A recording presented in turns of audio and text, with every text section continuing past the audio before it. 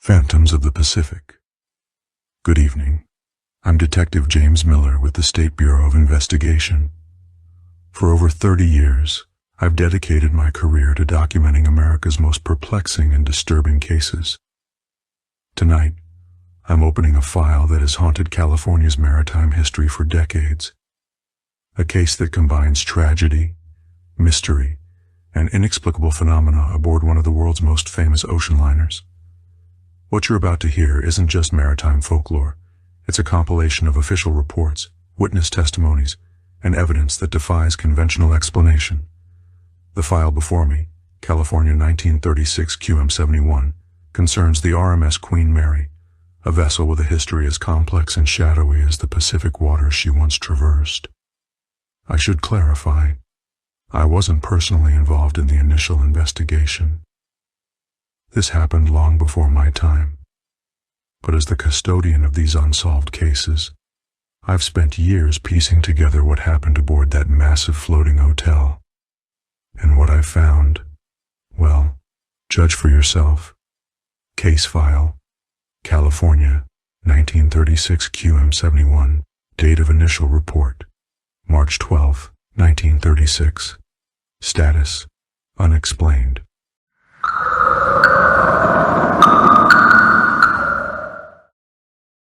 If you have a story, drop a comment below and subscribe to the channel. The Queen Mary story begins not in California, but in the shipyards of Clydebank, Scotland. Construction began in December 1930 on what was then known as Hull Number 534. Designed as the Cunard Line's response to the economic depression, she was built to reclaim the blue ribbon for the fastest Atlantic crossing. After her maiden voyage in May 1936, the Queen Mary quickly gained a reputation as the epitome of luxury ocean travel. But when World War II erupted, this floating palace was stripped of her elegant furnishings and painted battleship gray, becoming a troop transport nicknamed the Gray Ghost. It's during this wartime service that our first documented incident occurs. On October 2, 1942, at approximately 1400 hours, the Queen Mary was carrying nearly 20,000 American troops across the Atlantic.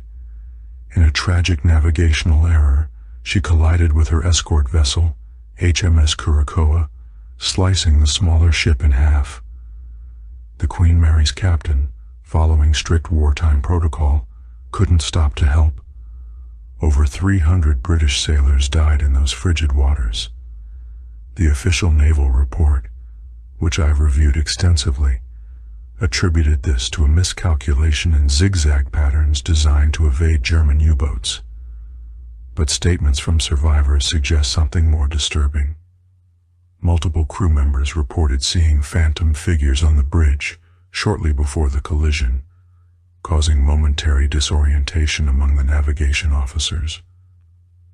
Lieutenant Harold Richards, interviewed in 1947, stated, "I was on watch that afternoon. Clear skies, good visibility. Then it got cold, unnaturally cold. The captain seemed to freeze for a moment, staring at something none of us could see. By the time he snapped out of it, the Curacoa was right in our path." This statement was officially stricken from the record. Military authorities dismissed it as stress-induced hallucination. But it was just the beginning. After the war, the Queen Mary resumed passenger service until 1967, when she made her final voyage to Long Beach, California. Purchased by the city for $345 million, she was converted into a hotel and tourist attraction. And that's when reports of unusual phenomena increased dramatically. On July 10, 1967, during renovation work, came the incident that would become known as Door 13. This service door in the ship's engine room had already gained a reputation among crew members during the vessel's sailing days. In 1966, third-class steward John Petter had been crushed to death during a routine drill when the hydraulic watertight door closed unexpectedly. But on this July day in 1967, renovation worker Samuel Harrison experienced something that led directly to the formation of this case file. According to Harrison's sworn statement, which I'm reading directly, I was working alone near door 13, replacing some electrical fittings. It was around 3:15 in the afternoon when I heard footsteps, heavy boots on metal flooring. I called out thinking it was Mike from the other crew, but nobody answered. Then I felt, God, it's hard to describe, like someone was watching me. I turned and saw a figure in what looked like old-fashioned sailor's clothes, just standing there staring at me. His face was wrong, crushed on one side. Before I could say anything, he walked straight toward door 13, which was closed. I thought he'd stop, but he just went through it.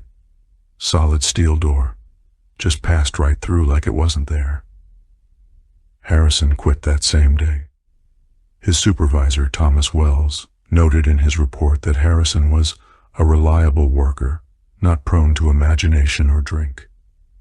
Wells himself reported unusual cold spots and equipment malfunctions in that same area over the following weeks. The Long Beach Police Department sent Officer Raymond Martinez to investigate on July 17th. His report indicated no evidence of trespassing or practical jokes, but he did note that his recording device malfunctioned specifically in the area near door 13, and his police-issue flashlight dimmed inexplicably despite having new batteries.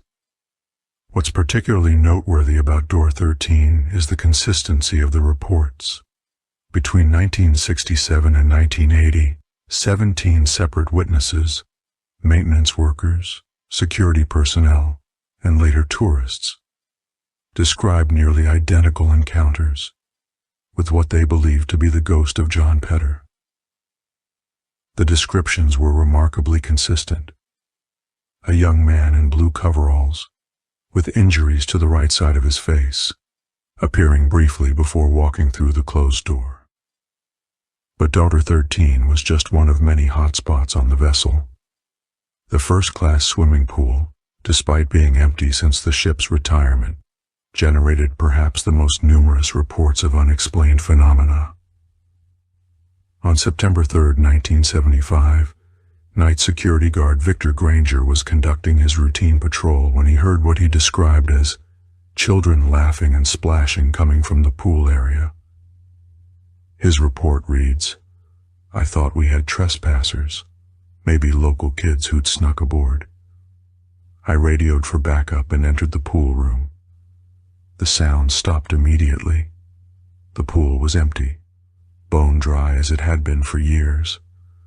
But there were wet footprints, small ones, like a child's, leading from the edge of the pool to about halfway across the deck, where they simply stopped. Photographs taken that night, which I have in the evidence file, clearly show these footprints. Lab analysis conducted by the Long Beach Forensic Department confirmed they were watermarks, not chemical residue or cleaning solution. The ship had been closed to the public for renovation that week, with security logs confirming no children had been aboard for at least 7 days. 2 weeks later, tour guide Marian Dockery reported seeing a young girl in a white swimming costume, circa 1930 style, standing by the pool, who vanished when approached. Dockery, a former history teacher with no prior reports of imaginative tendencies, provided a detailed description that matched photographs of 7-year-old Elizabeth Moffat, who allegedly drowned in that pool in 1950 during a transatlantic crossing. I say allegedly because here's where the case takes a peculiar turn. After Dockery's report, I personally researched passenger manifests and incident reports from the Queen Mary's service years. There is no official record of a child named Elizabeth Moffat drowning aboard the ship. However, there is a notable 12-hour gap in the ship's log from June 12, 1950. The date Dockery specified without prior knowledge of the ship's records. Between 1975 and the present day, the first-class swimming pool has generated over 200 reports of unexplained phenomena. These include unexplained temperature drops, often 15-20 degrees below ambient temperature, the sounds of splashing water and children laughing, wet footprints appearing on the dry deck, apparitions of children in 1930s, 1940s swimming attire, electronic equipment failure, including cameras and recording devices, the unexplained smell of chlorine, despite the pool containing no water or chemicals. In November 1988, paranormal researcher Dr. Caroline Fletcher conducted the first scientific investigation of the Queen Mary with permission from the Long Beach Harbor Department. Using what was then state-of-the-art equipment, including infrared cameras and electromagnetic field detectors, Fletcher's team documented numerous anomalies. The report, which runs to 126 pages, contains multiple thermal images showing cold spots in the shape of human figures, particularly in the first-class pool area and near door 13. Audio recordings captured what Fletcher classified as electronic voice phenomena, sounds not audible during the recording but present in the playback. These included what appear to be children's voices near the pool, saying phrases such as, "Come play with me," and "Is mommy coming back?" I'll continue with more findings from the investigation and subsequent events. The Queen Mary, Phantoms of the Pacific, continued. Dr. Fletcher's team also conducted extensive interviews with ship staff, some of whom had worked aboard since her arrival in Long Beach. The night watch supervisor, Gerald Thornton, provided particularly compelling testimony about what the staff referred to as the soldier patrols. It happens most frequently between 2 and 4 a.m., Thornton stated in his recorded interview from November 12, 1988. You'll be doing rounds on D-deck and hear the distinct sound of multiple people marching in formation. Heavy boots, military cadence. Sometimes you'll even hear commands being called out, but it's always just out of sight. Turn the corner, and there's nothing there. Thornton's testimony aligns with the ship's history as a troop transport during World War II, when she carried over 800,000 military personnel. What makes his account particularly credible is that Thornton had no knowledge of an incident documented in the ship's wartime logs. On February 11, 1943, at approximately 0300 hours, the Queen Mary was transporting the 7th Infantry Division across the Atlantic when an unidentified seaman reported to the bridge that he had encountered a group of soldiers marching in perfect formation on D-deck. When he attempted to question them about being out of their assigned quarters during blackout conditions, they allegedly vanished into thin air. The soldier was initially disciplined for consuming alcohol on duty, but 3 other crew members reported similar experiences that same night. Dr. Fletcher's team focused heavily on the area known as the isolation ward, a section of the ship that had served as a makeshift hospital during wartime voyages. It was here that the most disturbing encounters were reported. On November 14, 1988, at 23:17 hours, audio technician Mark Sampson was setting up recording equipment in this area when he experienced what the report describes as a severe localized temperature drop and the sensation of being physically restrained. The incident report states, Sampson was alone in the room when the ambient temperature, previously holding steady at 68 degree F, dropped to 41 degree F in approximately 17 seconds, according to our digital thermometers. Simultaneously, the EMF detector registered readings far beyond normal parameters. Over the radio, we heard Sampson gasping and saying someone was holding him down. When team members reached him approximately 40 seconds later, they observed what appeared to be handprint bruising developing on both of his arms. Photographs taken that night showed distinctive marks on Sampson's forearms that medical personnel later confirmed were consistent with someone forcefully gripping him. Security logs confirmed no other individuals were in that section of the ship, and the ship's confined space would have made it impossible for anyone to exit undetected by the team stationed in the corridor. Dr. Fletcher's investigation concluded with a sobering assessment. While maintaining scientific objectivity, we must acknowledge that the Queen Mary exhibits paranormal activity that exceeds any other location we have studied.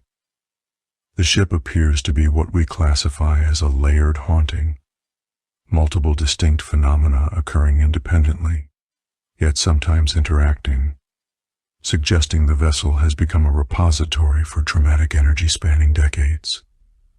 The ship's most infamous area developed a reputation in the early 1990s. The first-class suite B340 generated so many complaints from overnight guests that by 1995, it was no longer rented out as accommodation. I've reviewed over 30 separate incident reports from guests who stayed in B340 between 1967 and 1995. The complaints follow remarkably similar patterns. Faucets turning on by themselves, covers being pulled off beds, lights fluctuating, and knocking sounds within the walls. Perhaps most disturbing are the 11 separate reports of guests waking to find what they described as a dark figure standing at the foot of the bed, watching them. On April 22, 1991, guests Richard and Karen Thurman checked